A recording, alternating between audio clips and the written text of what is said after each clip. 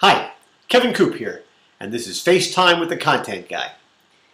We've had a number of columns and stories this week that have talked a little bit about the travel business, using the travel industry as a metaphor for retailing in general. So I thought I'd continue the theme and talk about an experience I had last week and something it taught me and reminded me of. I was in Oklahoma City. I had the opportunity to go there to give a speech, and I was trying to get out on Friday. And there were tons of storms the night before, a couple of tornadoes. It was really, kind of crazy, especially for an East Coast guy like me that's not used to such things.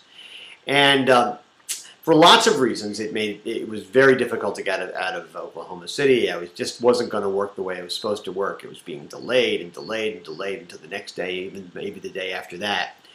And so finally, I worked it out with the airlines, and they said, well, listen, if you want to drive 3 hours to Dallas, I think we can get you on a flight out of there.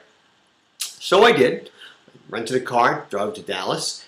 It was relatively uneventful, except for this one moment where it was amazing. I'm driving along, and all of a sudden, right by me went one of these storm chaser trucks, headed in the same direction as me. This is a little unsettling.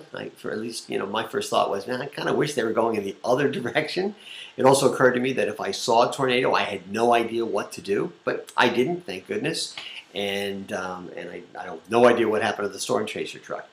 Anyway, so I finally get to Dallas. I'm like 8 hours early for the flight. Not a problem. I get there, and I wait, and I wait, and I wait, and I wait, and the thing gets postponed by a few hours. And I wait, and I wait, and I wait, and I wait, and the thing gets postponed again.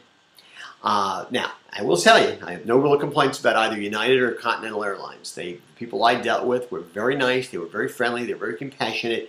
They made it fairly simple, and they were working under a tough situation. It wasn't their fault that the weather was, going to hell in a handbasket. So wait and wait and wait, and finally, okay, I was supposed to be out. I was supposed to leave originally from Oklahoma City at 6 o'clock in the morning on Friday. It's finally 10 o'clock at night on Friday. I'm in Dallas, and we're getting on a plane. And now, to be honest, I knew that there was not going to be a pleasant flight to begin with. I was going to be in the middle seat in the back row. But I just wanted to get home, right? I just want to get home. So anyway, I'm getting on the plane. I got lucky. I got upgraded to first class. How great is this? So I ended up being in the first row. This is pretty cool. I'm very happy about this. I get on the plane. It's like 10:15. I start to doze off, and they start to leave the terminal, and they drive around the tarmac for about 20 minutes until then the pilot comes on and says, "I'm sorry, ladies and gentlemen. We've passed the point at which I'm allowed to actually fly this plane. It's been too many hours, FAA regulations. We're bringing you back to the terminal." I thought there was going to be a riot in the back of the plane. It was unbelievable. Take us back to the terminal. We got to get off the plane. We got to get our bags. We got to work out hotels. We got to deal with rebooking for the next day. I mean, it's just a nightmare. But, listen, I travel a lot. Things generally work out pretty well for me, so I really had no complaints. I mean, occasionally you pay the piper, right?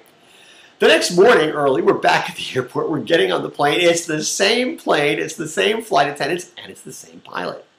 This, believe it or not, is where things went south, because as people are getting on the plane, the pilot lets everybody know that he had been inconvenienced too, that he was supposed to be on vacation that day. That was the wrong thing to say. We're the customers. He's the service provider. Don't tell us how the circumstances have inconvenienced you. Just tell us you're sorry, and you're going to get the plane to New York as fast as you possibly can, and you're really, really sorry you had no control over the situation. But that's not what he did. And this reminded me that all the times that I've gone into various kinds of retail establishments, and I've said very casually to the person at the checkout, "How are you?" And they let me know how miserable things are, what a long day it's been, and how glad they are to be getting off work in 15 minutes and going home because they have just had it. What a miserable time it's been. And I got to be honest, I know I asked, but this isn't what I want to hear. I'm the customer. I'm the customer. Don't lay this stuff on me. You're there to make sure I have a pleasant experience. Take a little pride in your job. Show a little dignity. Don't just whine. If you want to whine to your spouse, whine to your family, whine to your coworkers. If you can get away with it, whine to your boss. Don't whine to the customer. It's not what you want to do. I really believe that retailers all over the place have to do a better job, and quite frankly, clearly the airlines have to do it. This as well. They have to do a better job of saying to people who work for them, treat the customer like your job depends on it. Because it does.